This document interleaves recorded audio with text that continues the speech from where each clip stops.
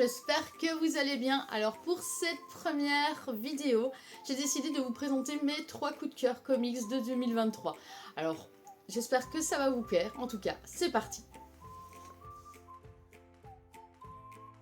En troisième position, on retrouve Blanche-Neige Rouge Sang de Neil Gaiman et Colin Doran. Ce comics est publié chez Black River Comics, fait 88 pages et coûte 17,90 €. On est sur une réinterprétation du conte de Blanche-Neige. Ici, la méchante reine est terrifiée par sa belle-fille et veut la voir disparaître pour le bien de tous. Mais les contes ne finissent pas toujours bien dans la plupart des cas. Alors c'est un gros coup de cœur visuel, mais même au niveau de l'histoire, on ressent toute la terreur, la détresse de la méchante reine qui au final n'est pas si méchante que ça parce qu'elle se défend en fait et qui désirait simplement être heureuse auprès de son roi. Ce qu'elle n'a pas pu faire au final, comme vous connaissez l'histoire. Ce qu'on peut voir aussi, ce qui est magnifique, c'est cette couverture avec ce côté argenté et doré qui est très très beau. À la fin, on retrouve quelques notes et des croquis. Enfin bref, c'est une très belle édition. En deuxième position, on va retrouver The Nice House on the Lake de James Tynion et Alvaro Martinez, édité chez Urban Comics. Le premier tome est à 15 € et le deuxième à 20 €. Un moment savoureux du début à la fin. Alors c'est un beau petit bébé. On est sur de la science-fiction horrifique, un huis clos.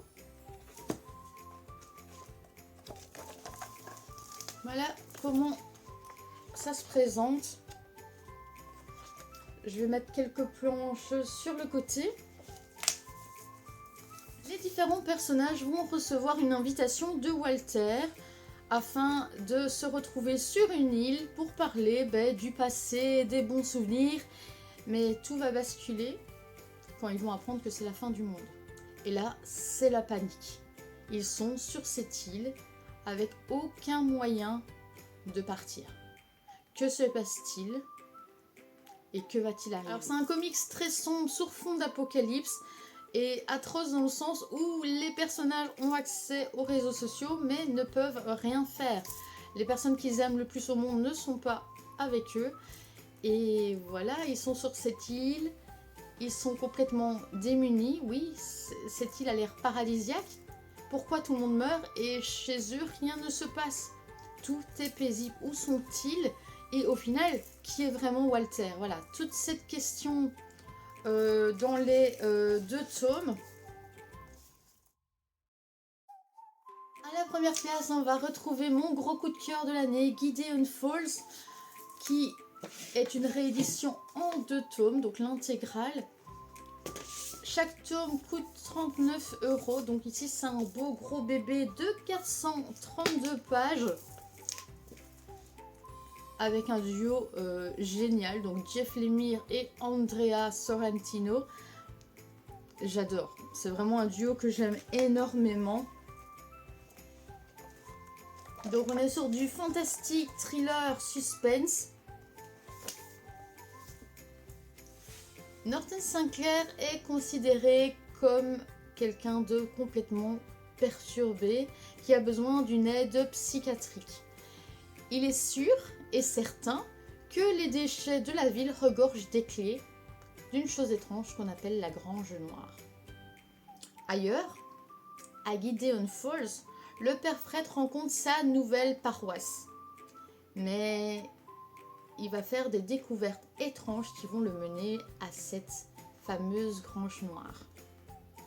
Lors de sa première nuit à Gideon Falls, le père Fred va faire la rencontre de son prédécesseur, mais il est normalement mort. Que fait-il là? Et quel est ce lieu étrange, cette grange noire, qui semble avoir un lien avec plusieurs autres événements? Pourquoi c'est un coup de cœur? Tout simplement parce que j'ai aimé l'ambiance de ces 2 tomes et parce que c'est très bien écrit. On est à la fois sur quelque chose de sombre et dérangeant, Ça m'a fait énormément penser à la série Dark. Je ne sais pas si vous l'avez vu, mais en tout cas, si ce n'est pas fait, je vous la conseille. Donc on est vraiment sur tout un cheminement, des mécanismes, des réflexions, où on lit le passé, le présent et le futur. Je trouve ça très très bien écrit, très juste. Je pense que c'est une des meilleures séries que j'ai lues depuis que j'ai recommencé à lire des comics. C'est une vraie pépite avec The Nice House on the Lake. Vraiment, c'est des séries que je vous conseille vraiment, vraiment vivement. Le duo Jeff Lemire, Andrea Sorrentino est vraiment génial. Quand on les lit, vraiment, on ne peut pas se tromper. Si vous aimez ce style, voilà, foncez. Je ne peux que vous le conseiller. Voilà comment se termine cette première vidéo. N'hésitez pas à me laisser des commentaires pour me dire si vous avez aimé cette première vidéo ou alors si vous avez aimé ces lectures, si elles vous tentent, ou tout simplement dites-moi quels ont été vos coups de cœur 2023. Voilà, je vous laisse, à très vite